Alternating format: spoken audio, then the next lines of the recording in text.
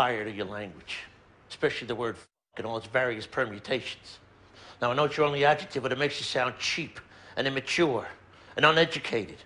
And that may be the truth, but why advertise it? Now, starting today, I'm docking you $1 every time you use that word.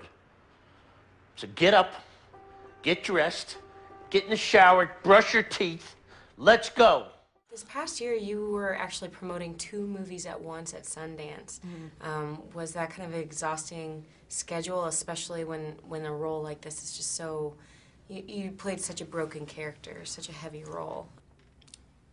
No, it was actually nice to have more than just one thing to talk about. It was like, even though I was sort of like spread thin at Sundance, it took the pressure off a little bit. It's like if I was worried about one thing, I could just go, well, I gotta go do something for the Runaways. Do you know what I mean? Or it's like, so it actually ended up being pretty cool. And obviously you had a lot of costumes going on. Were there any pieces of the film that you kind of took with you? Get any of those fishnet tights with you? I have a couple pairs of underwear, yeah.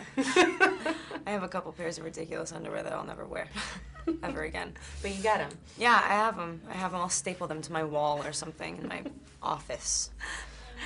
Yeah. Gotcha. You're playing a stripper, and you're playing, a 16-year-old girl. This is obviously a very different teenaged role that your fans are used to seeing you in. Are you eager for Twilight fans to see you perform in this film? Yeah, I mean, I'm not eager. I mean, I'm excited. I'm definitely looking forward to it. It's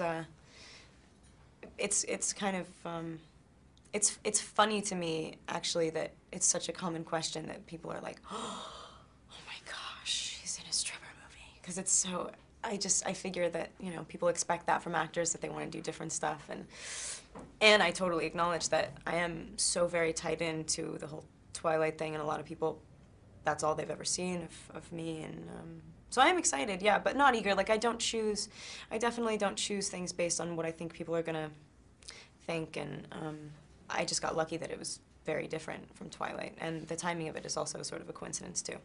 This film has been done for a while, too. Looking back on it, what was the most difficult day of shooting? What was the most difficult scene that you looked at on paper and you're like, I don't know how this is gonna go? Right.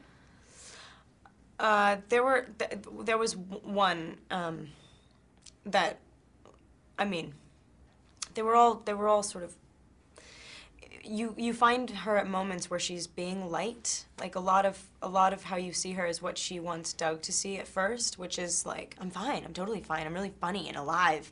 And like, that's the kind of stuff that I was really excited to do, because it was like such a contrast with her when she actually acknowledged, like when things became real to her and she wasn't like denying things in her head anymore. And I mean, there's like one scene outside of like a motel where she like loses a lot of money, and it, to get that money, like, I mean, if you lose it, it's such a, even as much as she's used to, that line of work. I know it's so weird to talk about it this way, but I cannot relate to that at all. I mean, I would never do that. I would never, you know what I mean? And so I was scared that it was gonna feel like a little bit like, not fake, but just that I was gonna feel like I was doing an impression of something rather than really going through it. And what was kind of scary is that it wasn't like that. Like, it felt incredibly real, and like was very,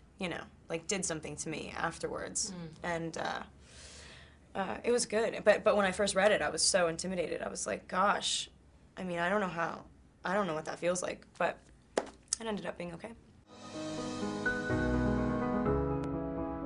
Where are you staying? Here. I'll stay here too then.